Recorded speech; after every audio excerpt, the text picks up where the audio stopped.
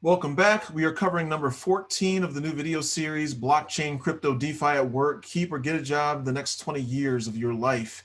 And again, that seems like a long way away, but it'll go by quicker than you know. The world is changing, and we are covering a series that may help you potentially pivot if you feel like your job is in jeopardy or changing or going away. Maybe you need to think about a new industry that's going to impact all of us in every aspect of life, personally and professionally. And blockchain, crypto, and DeFi is what this video series is about. The first several videos have been just kind of covering definitions. So as you hear these different terms, you'll have an idea of what they're talking about. This video series is not meant for the veteran who's, well versed in cryptocurrency, been around and can, talk to it, off the top of their head or like read the back of their hand, right? It's meant for the newbies who may be scared to ask questions or just kind of want a quick update in terms of what this information is about. And I'm trying to break things down in terms of giving you examples so that it's more digestible and easier to understand. That's what this is for. This is for you. And again, those of you who are vets, maybe you don't have time to explain everything to people you're talking about. Share this video series with them. I will leave a link in the playlist for you, both for this video series as well as another cryptocurrency video series that I'm curating from other content creators on YouTube that I think do a good job explaining more in depth the concepts of cryptocurrency, blockchain, and DeFi. So before we get started, do me a favor, hit that subscribe button, click the thumbs up, and click the alert button. If you've been here several times, maybe it's time to commit. Hit the subscribe button. It's okay. It'll go well for you. Won't hurt you. All right. So we're covering what is proof of work. Okay. And this is something that there's a lot of controversy surrounding this right now, right? Proof of work. I'm just going to read through this real quick, and then again, I don't want to get too in detail. This is really getting into the nuts and bolts, and this is not what this video is for. But at least I'm reading it to you, and I'll try and explain to you the differences between those cryptocurrencies and coins and tokens that use proof of work versus other technology. So, proof of work is a form of cryptographic zero knowledge proof in which one party, the prover, proves to the others, the verifiers, that a certain amount of computational effort has been expended for some purpose. Verifiers can subsequently confirm this expenditure with minimal effort on their part. The concept was invented by Cynthia Dwork and Moni Noir in 1993 as a way to deter, I'm sure I butchered their names, as a way to deter denial of service attacks, which you've all heard about those when, a company gets shut down, and other service abuses such as spam on a network by requiring some work from a service requester, usually meaning processing time by a computer.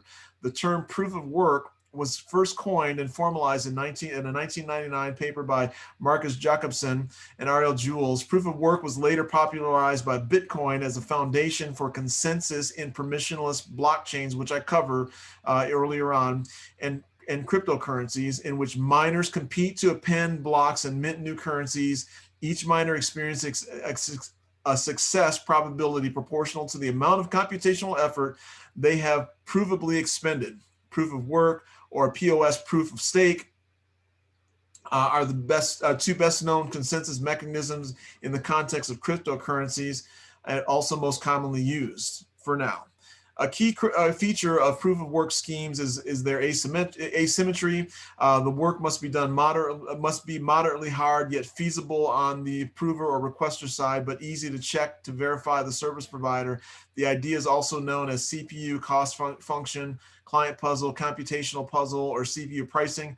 It is distinct in purpose from a CAPTCHA, which you've seen those where you have to click on the pictures when you have to sign something or log into something, which is intended for a human to solve quickly without being too difficult to solve for the computer. Okay, so we're a lot of information there. You can research this on your own. Basically, proof of work, there's a lot of computation, and it's on the distributed, networks that,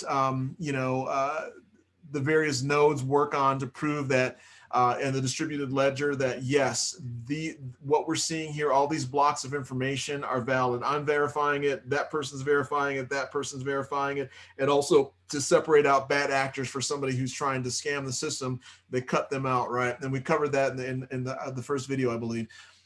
Again, the problem with proof of work right now is that's what Ethereum and Bitcoin and a lot of them use. is that it takes a lot of computer processing power and literally a lot of energy. And I'm not going to get into the politics of what that looks like from a political standpoint in terms of a carbon footprint, but there's major concern about it. Secondly, it's super slow.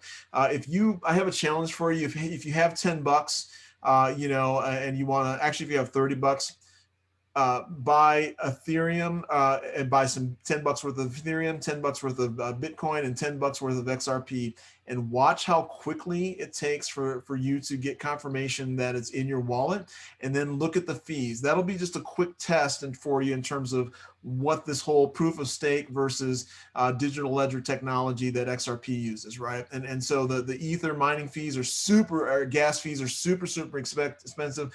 Bitcoin, when everybody's trying to get it, those fees can be expensive and it can be slow as well. But I'm going to leave it there.